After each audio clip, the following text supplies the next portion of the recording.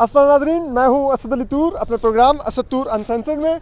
आज जो हम आपको खबर लेके आ रहे हैं, सबसे बड़ी खबर यही है कि जो 9 रुकनी बेंच था, लार्जर बेंच, जो मौजूद चीफ जस्टिस उमर ता बंदयाल साहब ने जो सो मोटो नोटिस लिया है मौजूद जस्टिस एजाजुल एहसन और मौजूद जस्टिस मज़ाहिर अकबर नकवी के नोट के ऊपर, तो उसके ऊपर आज समाअत का आगाज़ हुआ है कि कौन इंतखाबात की तारीख दे सकता है और क्या 90 दिन में इंतखाबात होंगे। तो वो बड़ी दिलचस्प समाअत हुई। उस समाअत के दौरान मौजूद जस्टिस जो जमाल खान मंदोखेल हैं, उन्होंने एतराज़ात भी अपने रिकॉर्ड करवाए। इसके अलावा मौजूद जस्टिस अतर मिनल्ला ने कुछ नए सवालात भी उठाए जो कि बड़े ही दिलचस्प थे। और इसके अलावा जो जस्टिस मंसूर अली शाह हैं, उन्होंने भी सवालात उठाए। मेरे साथ जो सुप्रीम कोर्ट के सीनियर तरीन सहाफ़ी नासिर इकबाल साहब मौजूद हैं। इसके अलावा जो डॉन अखबार के लिए कवर करते हैं, जबकि इसके अलावा ARY के लिए सुप्रीम कोर्ट को कवर करने वाले सीनियर सहाफ़ी हसन अयूब भी हमारे साथ मौजूद है, बाखबर सहाफ़ी हैं। एक इसके अलावा हम आपको आज एक दिलचस्प खबर भी देंगे, वो कहानी भी कि जस्टिस जमाल खान मंदोखेल साहब ने और मौजूद जस्टिस अतर मिनल्ला साहब ने पिछले दिनों क्या किया जस्टिस मज़ाहिर अकबर नकवी के साथ, और चीफ जस्टिस के घर एक मुलाकात हुई जस्टिस जमाल खान मंदोखेल की, उसमें क्या हुआ, जो हम आपको एक दिलचस्प कहानी देंगे। तो लेकिन पहले आगाज़ करते हैं आज की समाअत से। नासिर इकबाल साहब, आप आज कोर्ट रूम में मौजूद थे। जो जस्टिस चीफ जस्टिस ने जो सो मोटो लिया है, उसके अंदर जस्टिस जमाल खान मंदोखेल ने एक नोट पढ़ा, वो क्या था, ज़रा आप बताएंगे ज़रा व्यूअर्स को। शुक्रिया सतूर। बेसिकली हुआ यह था कि जस्टिस जमाल मंदोखेल साहब ने हियरिंग के दौरान ये बताया कि अगर आप चीफ जस्टिस से रिक्वेस्ट की कि अगर आप मुनासिब समझें तो मैंने एक नोट तैयार किया है, और उन्होंने कहा कि उनका ख्याल ये है कि ये जो सो मोटो प्रोसीडिंग्स इनिशिएट की गई हैं ये नामुनासिब हैं। उसकी वजह ये है कि ये उस नोट के ऊपर इनिशिएट हुई हैं जो जस्टिस एजाजुल एहसन साहब और जस्टिस सैयद मज़ाहिर अली अकबर नकवी साहब ने एक ऐसे प्रोसीडिंग्स में उठाई थी जिससे इसका कोई ताल्लुक़ नहीं है, क्योंकि वो प्रोसीडिंग्स जो CCPO लाहौर थे डोगर साहब, उनकी अपॉइंटमेंट का मामला था, और जिन्होंने फेडरल सर्विस ट्रिब्यूनल के ऑर्डर के ख़िलाफ़ को चैलेंज किया हुआ था।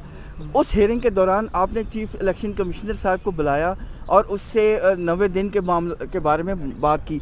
तो चूँकि इसका कोई नेक्सस नहीं है तो ये नामुनासिब है। बिसाइड्स ये कि 184(3) में चूँकि ये आर्टिकल 10A के भी ख़िलाफ़ है, जो कि फेयर ट्रायल की बात करता है, क्योंकि राइट ऑफ अपील नहीं होती ना। सुप्रीम कोर्ट का जो डिसीजन है वो फाइनल होता है 184(3) में जो लिया जाता है। और वो ऑडियोज़ कभी उन्होंने जिक्र किया, देखें जस्टिस जमाल खान मंदोखेल ने बेसिकली वो ये कहना चाहते कि वो जो ऑडियो है वो उस केस से मुतालिक थे जिसमें ये इलेक्शन का मामला नोट किया गया, जो जस्टिस मज़ाहिर अकबर नकवी के मुतालिक ऑडियोज़ आई। बिल्कुल, इससे इस इलेक्शन की डेट के हवाले से नहीं थी। तो कहने का मकसद है कोई हवाला नहीं है, कोई नेक्सस नहीं है, उसके बावजूद इन्होंने सोमोटो का नोट पुट कर दिया, और चीफ इलेक्शन कमिश्नर साहब ने चीफ जस्टिस ऑफ पाकिस्तान ने इस पर सोमोटो इनिशिएट कर दिया, जो कि नामुनासिब है। ये अनजस्टिफाइड का उन्होंने लफ्ज़ बोला था। ये जस्टिस जमाल मंदोखेल साहब के कंसर्न थे। रह गए आप जस्टिस मंसूर अली शाह साहब ने जो अपनी हियरिंग के दौरान किया, मैं समझता हूँ उन्होंने एक नई जहत पेश कर दी है, यानी एक कम्प्लेक्शन ऑफ द केस ही बदल गया। क्योंकि केस का कम्प्लेक्शन बेसिकली जो सो मोटो में हुआ था वो ये था कि किसके पास अथॉरिटी है कि इलेक्शन की डेट दे, क्या प्रेसिडेंट है या इलेक्शन कमीशन है या गवर्नर, जो भी है। लेकिन जो जस्टिस मंसूर अली शाह साहब ने सवाल उठाया है वो बिल्कुल ही डिफरेंट है। वो उन्होंने ये कहा कि हमें ये भी देखना चाहिए इस हियरिंग के दौरान कि क्या जो असम्बली थी इनकी जो तहलील है उसकी जो वजूहात क्या हैं, और अगर वो वजूहात कॉन्स्टिट्यूशन के मुताबिक नहीं है, आइन के मुताबिक नहीं है, तो क्या हम उन असम्बलीज़ को दोबारा बहाल करके इस मौजूदा बहरान को हमेशा के लिए ख़त्म ना कर दें। जो उनका सवाल था, ये बिल्कुल ही नया एंगल है। इसके अलावा जस्टिस अतर मिनल्ला साहब ने बड़ा एक पर्टिनेंट क्वेश्चन किया। उन्होंने कहा कि हमें ये भी देखना चाहिए कि क्या एक वज़ीर आला एक पॉलिटिकल लीडर के डिक्टेट पे या पॉलिटिकल पार्टी के डिक्टेट पे एक प्रोविंशियल असम्बली को तहलील कर सकता है, उस असम्बली को जिसको अवाम ने मुंतखब किया है, 5 साल का मैंडेट दिया है, 5 साल के लिए। तो क्या ऐसी तहलील उस जो मैंडेट है, आइनी मैंडेट के ज़ुमरे में आती है कि नहीं, ये बेसिकली उनका सवाल था। तो चीफ जस्टिस साहब ने कहा कि ये बहुत अहम सवाल है और उन्होंने ये भी कहा कि ये ऑर्डर में शामिल हो जाएंगे। तो ये जो क्वेश्चंस पहले 3 थे, अब ये तकरीबन 2-3 सवाल और हो गए, मतलब 5 से 6 सवाल आते 6। हाँ। और क्या आप ये पहले इन सवालात के जो आज मोअज़्ज़ज़ जस्टिस मोअज़्ज़ज़ जस्टिस जमाल खान मंदोखेल ने और मोअज़्ज़ज़ जस्टिस अतर मिल्ला ने और मोअज़्ज़ज़ जस्टिस मंसूर अली शाह ने जो सवाल उठाए, क्या पहले इनसे अब समाअत का आगाज़ होगा कल से, कि जो मोअज़्ज़ज़ चीफ जस्टिस ने खुद जो सवाल उठा रहे थे? जस्टिस साहब ने हियरिंग के दौरान ये कहा है ना कि हम प्रोसीडिंग्स के दौरान इन सवालों को टेकअप करेंगे, बल्कि उन्होंने तो ये भी अपनी ऑब्जर्वेशन में ये भी बात की थी जस्टिस जमाल मंदोखेल साहब की तरफ देखते हुए कि हम आपके ऑब्जेक्शंस को डिसरिगार्ड भी कर सकते हैं क्योंकि मेजॉरिटी उनकी है। तो ये उन्होंने इशारा भी दिया था, लेकिन प्रोसीडिंग्स के दौरान ये कोर्स ऑफ प्रोसीडिंग्स ये टेकअप ज़रूर होंगे और इस पे बहरहाल बहस भी होगी। ज़ाहिर है पीडीएम को भी उन्होंने नोटिस दिया हुआ है, अटॉर्नी जनरल साहब को भी नोटिस दिया हुआ है, एडवोकेट जनरल तमाम सूबों को नोटिस दिया, सिर्फ केपी और पंजाब को नहीं है, सिंध को भी है, बलूचिस्तान को भी है, इस्लामाबाद को भी है, वो भी अपना पॉइंट ऑफ व्यू उठाएंगे, तो इस पे बहस ज़रूर होगी। अच्छा, आखिर में सॉरी आपको मुझे पता जल्दी है, एक आखिरी सवाल फिर मैं बाखर खबर साफ़ी हैं हसन उनकी तरफ भी जाऊँगा। ये जो आज समाअत हुई इसमें मोअज़्ज़ज़ जस्टिस जमाल खान मंदोखेल ने जिस किस्म के एतराज़ात उठाए हैं, उसके बाद उन्होंने रिक्यूज़ क्यों नहीं किया? वो फिर भी बेंच का हिस्सा क्यों रहे? आपको लगता है ये गैर मामूली था कि एतराज़ात कर देना बेंच की तश्कील के ऊपर भी, सो मोटो के ऊपर भी, लेकिन बेंच का हिस्सा भी रहना? नहीं, मेरा जो अपना ज़ाती ख्याल है कि ये जज की मर्ज़ी पे मुनहसर है कि वो रिक्यूज़ करे, क्योंकि नहीं मर्ज़ी पर ही है, लेकिन लेकिन वो फिर भी मेरा ज़ाती ख्याल है कि अगर वो रिक्यूज़ कर जाएंगे तो देखें एक ओपिनियन ख़त्म हो जाएगी। मेरा ख्याल है उनको मौजूद होना चाहिए और भरपूर उसमें हिस्सा लेना चाहिए प्रोसीडिंग्स में, और इस तरह के सवाल उठाते रहना चाहिए। अगर वो नहीं उठाएंगे ना तो ट्रैफिक वन वे चली जाएगी, तो बेहतर है कि वो बैठें। हाँ, आज वैसे भी ट्रैफिक काफ़ी क्लियर नज़र आ रही थी क्योंकि मोअज़्ज़ज़ चीफ जस्टिस उमरता बंदयाल साहब की अगर आप देखते हैं कि उनके दाएं साइड पर 4 जो जजेस थे वो जस्टिस मोहम्मद अली मज़हर से शुरू हो रहे थे, फिर जस्टिस वो मज़ाहिर अकबर नकवी साहब मारूफ जो जज हैं वो बैठे हुए थे, फिर जस्टिस इजाज़ुल हसन बैठे हुए थे, फिर जस्टिस मुनीब अख्तर बैठे हुए थे और फिर मोअज़्ज़ज़ चीफ जस्टिस उमरता बंदयाल खुद थे, जबकि उनकी बाएं तरफ जस्टिस मंसूर अली शाह बैठे हुए थे, उनके साथ जस्टिस याहिया अफरीदी बैठे हुए थे, फिर जस्टिस जमाल खान मंदोखेल थे और आखिर में जस्टिस अतर मिल्ला थे। तो चीफ जस्टिस साहब की दाएं और बाएं तरफ की पोजीशन बहुत क्लियर है इस कंपोजिशन ऑफ बेंच में। तो हसन अयूब हमारे साथ हैं। मैं हसन अयूब, आप मुझे मैं वो खबर दे लूँ या आपसे शुरू करूँ? क्या आप मुझसे बात पहले कर लें? चलें, ठीक है। हसन भाई को हम पहले तंग करते हैं। तो हसन, आपने बेंच की कंपोजिशन तो देख ली, ठीक है, क्या आपको ये बेंच की तश्कील बड़ी हैरतअंगेज़ लगी? 2 मोस्ट सीनियर जजेस, प्यूने जज जो उनसे सीनियर जजेस, जस्टिस कादी फाइज साहब वो नहीं है, जस्टिस सरदार तारिक मसूद नहीं है, सेकंड मोस्ट सीनियर जज। तो क्या ये उन 2 जजेस को शामिल ना करके इस बेंच की तरफ से एक वाज़े इशारा चीफ जस्टिस की तरफ से दिया गया? देखें, बेसिकली ये जो आज खुद नोटिस लिया गया है ना, ये एक तनाज़े के हल के लिए लिया गया है, लेकिन जो बेंच उन्होंने कॉन्स्टिट्यूट कर दी है ये पहले ही मुतनाज़ा हो गया है। यानी इसके ऊपर पहले से गुज़िश्ता रात से ही सवालात उठने शुरू हो पड़े हैं। अगर आप देखें तो जिस तरह आपने ख़ुद जिक्र किया कि chief justice supreme court of Pakistan ने अपने जो सेकंड जो इन लाइन है सीनियर प्यूनर जज हैं जस्टिस काजी फाइज ईसा, उनको शामिल नहीं किया, जस्टिस सरदार तारिक मसूद को शामिल नहीं किया। तो इनको ना शामिल करना जो है वो सवालात तो उठा रहा है ना, और अगर उनका ज़ाती को आपस में इशू है भी तो जब अहम कौमी मामला है तो उसमें फिर ज़ातियात को पीछे रखना चाहिए और कौमी मुफाद को जो है उसको उसके ऊपर तरजीह देनी चाहिए, जबकि ऐसा नहीं हुआ। आपने देखा कि जस्टिस काजी फाइज ईसा जो है आज इस बेंच में शामिल नहीं है, और इसके बरक्स जिनके ऊपर जो है वो तमाम बार काउंसिल्स जो है वो रेफरेंस दायर कर रही हैं, और आज एक इंडिविजुअल जो है वो लॉयर ने सुप्रीम जुडिशल काउंसिल में जस्टिस मज़ाहिर अली अकबर नकवी के ऊपर जो है एक रेफरेंस भी दायर किया है। बहुत संगीन इल्ज़ामात लगाए हैं। प्रॉपर्टी की जो एवेल्यूएशन उन्होंने जाहिर की है 1 साल में 3 मरतबा, ये 47 लाख से 70 करोड़ पे 72 करोड़ 47 लाख से 70 करोड़ का गैप देखे ना, बहुत बड़ा है। जस्टिस काजी फाइज साहब के ऊपर जो एलिगेशन था वो तो 6-7 करोड़ रुपए की प्रॉपर्टी थी बरतानिया के अंदर, और वो भी उनके बच्चों के नाम पर थी, और वो खुद भी जो है वो इंडिपेंडेंट थे, वो डिपेंडेंट नहीं थे। और मिसेस सरीना हसन सारी मनी ट्रेल भी दी, अपने अकाउंट से भी दी, प्लस उनकी जो एक प्रॉपर्टी है वो लैंडलॉर्ड है, उनकी एक इनकम सोर्स ऑफ इनकम भी मौजूद है। वो एक मतलब रेस्टोक्रेट फैमिली से बिलोंग करती हैं, एक लैंडलॉर्ड फैमिली से बिलोंग करती है सरीना ईसा जो है मैडम। तो अभी इस वक्त जो सवालात उठे इसके बावजूद उनको शामिल रखना बेंच के अंदर, और फिर ताज्जुब मुझे इस बात पर है कि ये इतला आ रही थी, हसनात मलिक साहब मुझे कह रहे थे कि जी 4 जजेस की मीटिंग हो रही है और वो जो है रिक्यूज़ कर देंगे इस बेंच की जो का हिस्सा बनने से, लेकिन फिर ऐसा नहीं हुआ। दो जजेस ने जो है वो सवालात तो उठा दिए। एक ने तो जो है वो असकुद नोटिस के ऊपर एतराज़ उठा दिया जस्टिस जमाल मंदुखेल ने, और जस्टिस अतर मंदिल्ला ने जो है वो एक कॉन्स्टिट्यूशनल क्वेश्चन जो है वो फ्रेज़ करके जो है उन्होंने पूछा कि जो असम्बली की तालील है ये क्या अगर किसी की ख्वाहिश पर होती है तो क्या ये जस्टिफाई है, क्या वो असम्बली तालील हो सकती है, क्योंकि 5 साल का मैंडेट जो है वो आवाम जो है वो असम्बली को मुंतखब करती है 5 साल के लिए। तो बुनियादी ये सवाल है। लेकिन देखें अभी जो जस्टिस चीफ जस्टिस उमरता बंदयाल हैं उनके लिए एक बड़ा एक जो है ना वो एक ऐसा मौका आ चुका है कि वो उनके लिए एम्बैरसमेंट बन रही है। और आज जिस तरीके से जब ऑर्डर लिखवा रहे थे तो आपने देखा जिस तरह के पॉजेस ले रहे थे, जिस तरह के वो जो है वो लिखवा कर कटवा कर फिर दोबारा वो ऑर्डर लिखवा रहे थे, तो वो अंडर प्रेशर नज़र आए। और अंडर प्रेशर होना भी था क्योंकि बेंच के अंदर जो 9 मेंबर बेंच है उसके अंदर जो एक जज हैं उन्होंने असकुद नोटिस को ही बिला जवाज़ करार दे दिया। उन्होंने अनजस्टिफाई का लफ्ज़ इस्तेमाल किया, जिसका मतलब गैर मुनसिफाना अनजस्टिफाइड है। तो उन्होंने कहा कि इसका कोई मुनसिफ आला के बारे में 100 मोटो पर उन्होंने कहा कि मुनसिफ आला ने गैर मुनसिफाना 100 मोटो आज मतलब जिसका कोई जवाब नहीं बनता, यानी इसकी कोई मंतक नहीं थी।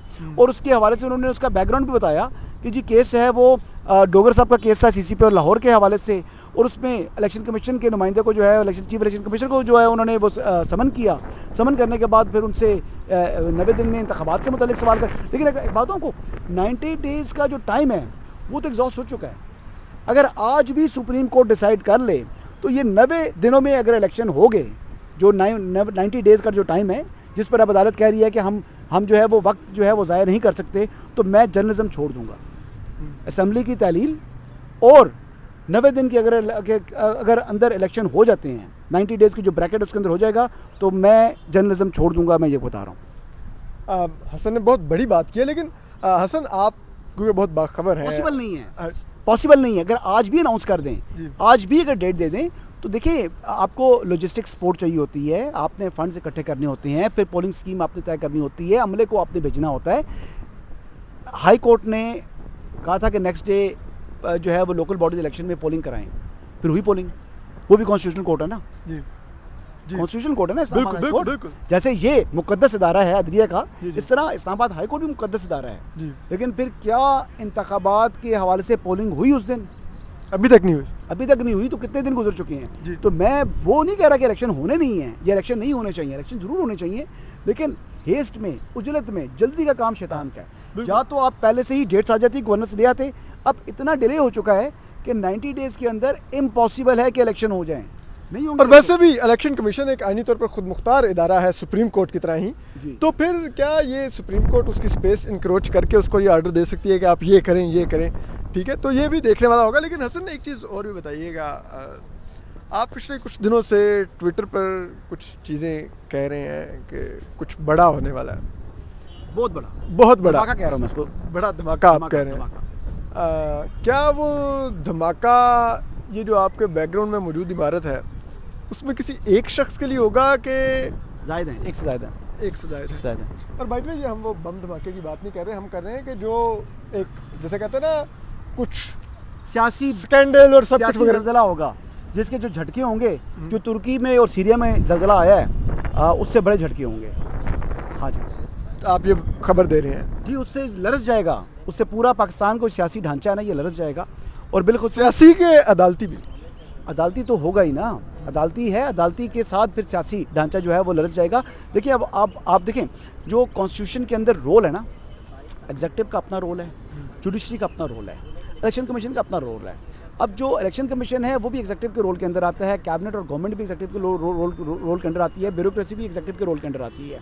यानी जो इलेक्शन कमीशन ऑफ पाकिस्तान है उसका एग्जीक्यूटिव रोल है, और एग्जीक्यूटिव रोल जो है वो कॉन्स्टिट्यूशन ऑफ पाकिस्तान ने उसको दिया है। उसके अंदर इंक्रोच करना जो है वो अदालत के लिए मुनासिब नहीं है, और अदालत ने हमेशा से इलेक्शन कमीशन को जो है उस पर इंक्रोच कर रही है। उसकी जो इख्तियारात हैं, उसकी जो चीज़ें हैं, उसकी आर्म ट्विस्टिंग करती है। तो आर्म ट्विस्टिंग जो है वो मुनासिब नहीं है। अपने अपने दायरा इख्तियार के अंदर काम करें। एग्जीक्यूटिव के रोल के अंदर मुदाखलत करना, अदालत उज़्मा हो या अदालत आलिया हो, उनका दायरा इख्तियार नहीं बनता। जब अपने दायरा इख्तियार से बढ़ती हैं तो फिर तनकीद होती है, और तनकीद जो है हो रही है। यानी आप अगर सोशल मीडिया देख लें, गो के ज़्यादा फॉलोइंग जो है पाकिस्तान तहरीक इंसाफ की है, और जो इनके डिसीजन ज़्यादातर आ रहे हैं वो PTI को सपोर्ट कर रहे हैं, और PTI को सपोर्ट कर रहे हैं। और यानी एक आदमी के लिए और तरीके से इंसाफ लोगों को होता हुआ नज़र आ रहा है, और दूसरी फ्रीक के लिए दूसरा होता हुआ नज़र आ रहा है। अब प्राइम मिनिस्टर ऑफ पाकिस्तान जो है एक मतलब देखें ना, आप वो देखें कि आपके मुल्क का चीफ एग्जीक्यूटिव है, वो कह रहा है जी कि ये दो जो मोअज़्ज़ज़ जज साहिबान हैं, इनसे मुतल्लिक़ ये हमारे मामलात में ना आएँ, हमारे जो मुकदमात हैं इनके सामने ना आएँ। उसके बावजूद उन दोनों को शामिल करना और फिर दौरान बेंच आज देखिए ना, जस्टिस उमरता बंदयाल हर थोड़ी देर बाद जो है ना वो जस्टिस इजाजुल अहसन के साथ जो है मुशावरत कर रहे थे। इस तरह लग रहा था जैसे जस्टिस इजाजुल अहसन ही जो है ये पूरा बेंच ऑपरेट कर रहे हैं 9 मेंबर। जब justice Ijajul Ahsan 9 member bench को ऑपरेट करेंगे, जिसके ऊपर प्राइम मिनिस्टर ऑफ पाकिस्तान जो है वो तनकीद कर रहा है, तो फिर बाकी लोग भी तो तनकीद करेंगे ना जी। देखिए कुछ तो कुछ फॉलोइंग तो है ना, तभी वो प्राइम मिनिस्टर है। या क्या या वो मार्शल लगा के प्राइम मिनिस्टर बना हुआ है? यानी एक हिस्से को तो रिप्रेजेंट कर रहे हैं ना। बिल्कुल बिल्कुल। जब वो एक हिस्से को रिप्रेजेंट कर रहे हैं तो उसकी भी कोई अहमियत है। और इस इत्तेहादी हुकूमत का अगर टोटल वोट देखा जाए तो वो जो अपोजिशन पीटीआई थी उसके वोट से ज़्यादा है, वोट काउंट अगर सबका देखा जाए, और वो उनको देखा जाए उससे भी ज़्यादा है। और प्लस देखें बात ये है कि इमरान खान साहब के लिए बहुत नरम गोशा दिखाई दे रहा है। यानी हमने देखा जैसे लाहौर हाई कोर्ट के अंदर वो सैकड़ों या हज़ारों कारकुनान लेकर रहा था, अदालत में खड़े हो गए, तो इस तरह कोई और खड़ा हो। यहाँ पर 50 वर्कर आया था मुस्लिम लीग नून का, मरियम औरंगजेब वगैरह, तो चंद खवातीन को निकाल के बाकी तमाम के खिलाफ जो है ना FIR होगी थी थाना सेक्रेटेरिएट में कि अदालत को प्रेशराइज कर रहे हैं। तो वहाँ पर क्या हुआ है? क्या वहाँ पर ये जो यहाँ पर किया था ये कानून के मुताबिक नहीं था? जो उनके ऊपर मुकदमा दर्ज किए थे, FIR दी थी, जो लाहौर हाई कोर्ट में जब दर्ज नहीं किया वो कानून के खिलाफ था कि जो है वो ज़्यादा लीनियंसी शो की गई है। दोनों में से एक गलत तो है ना। उस तक चीफ जस्टिस साकिब निसार साहब थे, ठीक है। तो अभी भी जो वहाँ पर जो है वो chief justice Lahore high court हैं, उनसे मुतल्लिक उनके दामाद से मुतल्लिक जो है वो कितनी अली असद सईद से मुतल्लिक कितनी बातें आ रही हैं सामने। फिर वो फैसलाबाद में जो उन्होंने मीटिंग कॉल की थी, वो सवालात नहीं आप देख रहे। देखिए बहुत से सवालात अब लोगों के मुंह बंद नहीं होंगे। अदालत को जो है इन सियासी मामलात में अंदर नहीं आना पड़ेगा। ये केस मेरे ख्याल के मुताबिक जो आज खुद नोटिस है ये पोलिटिसाइज हो चुका है, ये कंट्रोवर्शियल हो चुका है, ये तनाज़े का हल कोई पेश नहीं कर सकेगा, और अगर कोई पेश करेगा भी तो उसके ऊपर अमल दरामद नहीं होगा। आपने हसन की बात सुनी, हसन की बात में बड़ी क्लैरिटी थी कि क्या क्या चीज़ें हैं, कहाँ कहाँ पर, जिसे कहते हैं ना वो आप कहने फॉल्ट लाइंस हैं इस वक्त डेवलप हो चुकी। लेकिन अब हम आपको वो बड़ी खबर देते हैं कि जो मोअज़्ज़ज़ जस्टिस जमाल खान मंदोखेल हैं और मोअज़्ज़ज़ जस्टिस अतर मिल्ला हैं, उनकी जो आज की बातें थीं, इनकी एक झलक हमें कुछ दिन पहले मिली। वो इस तरह मिली कि एक बेंच पिछले 1 माह से मोअज़्ज़ज़ जस्टिस मुज़ाहिर अकबर नकवी की सरबराही में चल रहा था, जिसमें जस्टिस जमाल खान मंदोखेल और जस्टिस अतर मिल्ला भी शामिल थे। लेकिन जब वो जस्टिस जमाल खान मंदोखेल के मुतल्लिक आबिद ज़ुबैरी साहब की RDS चौधरी परवेज़ इलाही के साथ आई, और जस्टिस जमाल खान मंदोखेल की जस्टिस मुज़ाहिर अकबर नकवी की अपनी भी ऑडियो फिर जब आई चौधरी परवेज़ इलाही के साथ, तो उसके बाद जस्टिस जमाल खान मंदोखेल थे और जस्टिस अतर मिल्ला थे, उन्होंने जस्टिस मुज़ाहिर अकबर नकवी के बेंच में बैठने से इनकार कर दिया कि हम इनके ज़ेर सरबराही बेंच में नहीं बैठेंगे, क्योंकि वो ज़ाहिर बात है बज़ाहिर उनकी नज़र में ये मुतनाज़ा हो चुके थे। उसके बाद जस्टिस उमरता बंदयाल साहब ने ये किया कि उन्होंने जस्टिस अतर मिल्ला को तो अप्रोच नहीं किया, क्योंकि उनको था आइडिया कि जस्टिस अतर मिल्ला किस माइंड के हैं, और इसी वजह से शायद वो जस्टिस अतर मिल्ला को पहले सुप्रीम कोर्ट एलिवेट करके भी लाना चाहते थे इस्लामाबाद हाई कोर्ट से। लेकिन बाद में जब जो सुप्रीम जुडिशल जिसे कहते हैं जुडिशल कमीशन ऑफ पाकिस्तान है, उसके इजलास में जब जस्टिस काजी फाइज साहब, जस्टिस सरदार तारिक मसूद, पाकिस्तान बार कौंसिल के मेंबर अख्तर हुसैन, हुकूमती जो वज़रा थे, उन्होंने आज़म तारड़ और अटार्नी जनरल ने जब एक वाज़ेह पोजीशन ले ली जस्टिस अतर मिल्ला की हक़ में, तो फिर मजबूरन उनको लाया गया। तो इसलिए उनको तो उन्होंने अप्रोच नहीं किया, क्योंकि वो जानते हैं जस्टिस अतर मिल्ला क्या है। फिर उन्होंने उसके बाद मोअज़्ज़ज़ जस्टिस ने कोशिश की कि वो जस्टिस जमाल खान मंदोखेल को मना लें कि वो जस्टिस मुज़ाहिर अकबर नकवी के साथ बेंच में बैठ जाएँ, ताकि 2 रुकनी बेंच ही कंटिन्यू कर ले। और मुझे हैरत हुई कि उन्होंने जस्टिस जमाल खान मंदोखेल को के लिए कोशिश की, तो उन्होंने जस्टिस जमाल खान मंदोखेल को ये गुज़रे इतवार को उन्होंने अपने घर बुलाया, उनसे मीटिंग की और उनको मनाने की कोशिश की कि वो जस्टिस मुज़ाहिर अकबर नकवी के साथ बैठे हैं। लेकिन जस्टिस मुज़ाहिर अकबर नकवी के साथ जस्टिस जमाल खान मंदोखेल ने बैठने से इनकार किया, और ये मीटिंग जिसे कहते हैं जस्टिस जमाल खान मंदोखेल के इनकार पर ख़त्म हुई चीफ जस्टिस उमरता बंदयाल के साथ, जो कि उनके घर पर हुई चीफ जस्टिस उमरता बंदयाल साहब के। इसके बाद बताया जाता है कि मंडे को जब 11:30 बजे टी ब्रेक हुई, अदालती वक्फा हुआ, तो जो टी रूम था जजेस का, उसमें मौजूद जस्टिस ज़रा ये बताते हैं कि मौजूद जस्टिस मज़ाहिर अकबर नकवी ने खुद से भी कोशिश की कि वो जस्टिस जमाल खान मंदोखेल को किसी तरह से अपने बेंच के लिए उठाकर ले जाएं, और उन्होंने जाके जब तमाम जजेस उठ रहे थे तो उन्होंने जाके कहते हैं कि जस्टिस जमाल खान मंदोखेल के कंधे के ऊपर यूं करके बाजू रख लिया और उनको साथ अपने चलाने की कोशिश की कि चलो यार आओ चल के बेंच में बैठते हैं। ये जस्टिस मज़ाहिर अकबर नकवी ये कोशिश कर रहे थे, लेकिन उनके कंधे के दबाव में होने के बावजूद जस्टिस जमाल खान मंदोखेल ने फिर उनको उनके मुंह पर भी जवाब दिया कि मैं आपके साथ बेंच में नहीं बैठूंगा।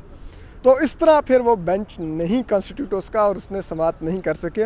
ये एक अंदर की कहानी हमारे पास थी, हम आपको मज़ीद भी अपडेट करते रहेंगे। शायद यही वजह थी कि आज जस्टिस जमाल खान मंदोखेल और जस्टिस अतर मिल्ला पर सबकी नज़रें थी कि क्या वो उस दिन तो उस 3 रुकनी बेंच में तो जस्टिस मज़ाहिर अकबर नकवी के साथ नहीं बैठे, लेकिन आज 9 रुकनी बेंच में बैठेंगे कि नहीं। अब आगे देखते हैं, समाअत का आगाज़ कल से होगा, हम आपको अपडेट करेंगे। अपना ख्याल रखिए, सलामत रहिए, अल्लाह हाफिज़।